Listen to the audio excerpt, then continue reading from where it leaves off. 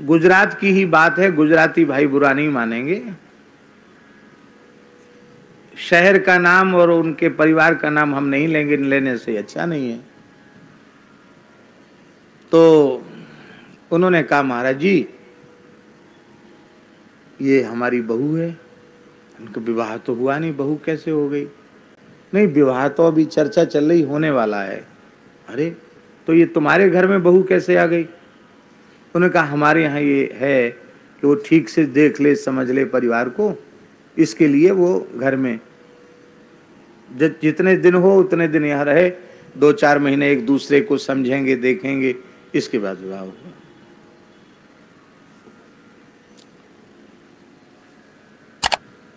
और महीना 2 महीना रहने के बाद भी समझ में नहीं आया तो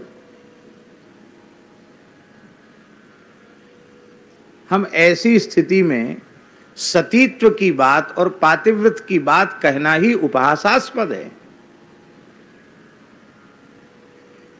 श्री जानकी जी को चित्रकूट में देखकर जनक जी का हृदय भराया और उन्होंने कहा पुत्री पवित्र किए कुल दो। इसमें माताओं के जीवन की सार्थकता है कि वे जिस घर में पैदा हों अपने सतीत्व से, अपने पवित्र आचरण से अपने पिता माता के कुल को भी तार दें और अपने सतीत्व के प्रभाव से अपने पति के कुल को भी तार दें। पुत्र सुपुत्र होता है तो अपने कुल को तारता है, किंतु कन्या यदि सती साध्वी पतिव्रता होती है तो दोनों कुलों को तार देती है। इसलिए पातिव्रत धर्म की परंपरा, मर्यादित होने की परंपरा आप लोगों को बुरा तो लगेगा, किंतु सौभाग्यवती माताओं को अपना सिर नंगा रखना ये शास्त्र में निषिद्ध है। उनको सिर पर वस्त्र धारण करके रखना चाहिए। सौभाग्य चिन्हों को ऐसे ही प्रतिज्ञा पूर्वक धारण करना चाहिए जैसे वैष्णव चिन्हों को प्रतिज्ञा पूर्वक धारण करते हैं। प्रतिज्ञा पूर्वक मस्तक पर ऊर्ध्वपुंड तिलक करते हैं, गले में सतत तुलसी रखते हैं, भगवान नाम का जप करते हैं। उनका स्वरूप ही तो प्रमाणित करता है कि वैष्णव हैं। ऐसे ही माताओं का स्वरूप ही प्रमाणित करता है कि ये सौभाग्यवती देवी है। ये सौभाग्य के चिन्ह उनका कवच है।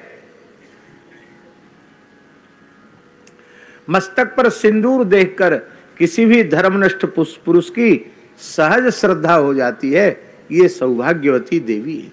अब पता ही नहीं चलता कि ये बहू है कि बेटी है, सौभाग्यवती है कि बिना सौभाग्य की है। सौभाग्य चिन्हों के धारण करने से पति पुत्र आदि का मंगल होता है, उसके स्वयं के सुख सौभाग्य की वृद्धि होती है। वो सब खत्म हो गया।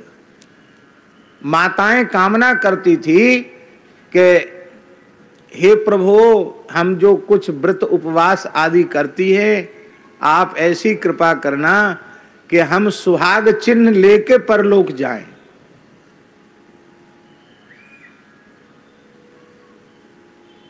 और वो कब होता? जब पति के सामने उसकी मृत्यु होती तो वो सौभाग्य चिन्हों को धारण करके स्मशान में जाती।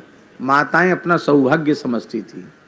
वह दुर्दिन हमें न देखना पड़े कि पति की अर्थी पर हमें अपने बाल काट के चढ़ाने पड़े, अपने मंगलसूत्र को रखना पड़े, अपनी बिछुड़ी और अपनी चूड़ियां रखनी पड़े। ऐसा दुर्भाग्य का दिन हमारे जीवन में न आवे, इसके लिए माताएं प्रार्थना करती थी। अब पति जिंदा है, उनके सामने तुमने सौभाग्य चिन्ह सब उतार के धर दिए, उनको तो मुर्दा बना दिया। कहां चला गया आपका पति के प्रति भाव? बड़ी बूढ़ी माताएं जो सास नहीं ददिया सास बन गई हैं, ऐसी माताएं भी उनके वृद्ध पति कहीं बाहर गए हैं तो वे 2:30-3 बजे प्रसाद पाती। क्यों दादी ऐसा क्यों कर रही हो? बोले वो कथा बांचवे गए हैं, अमुक जगह गए हैं, तो अब इतने देर तक तो बिना प्रसाद के नहीं रहे होंगे, और उन्होंने भोजन कर लिया होगा तब उनके पीछे में भोजन करूं। ये सुनी हुई बात नहीं, ये आंखों से देखी हुई बात मैं आपको निवेदन कर रहा हूं।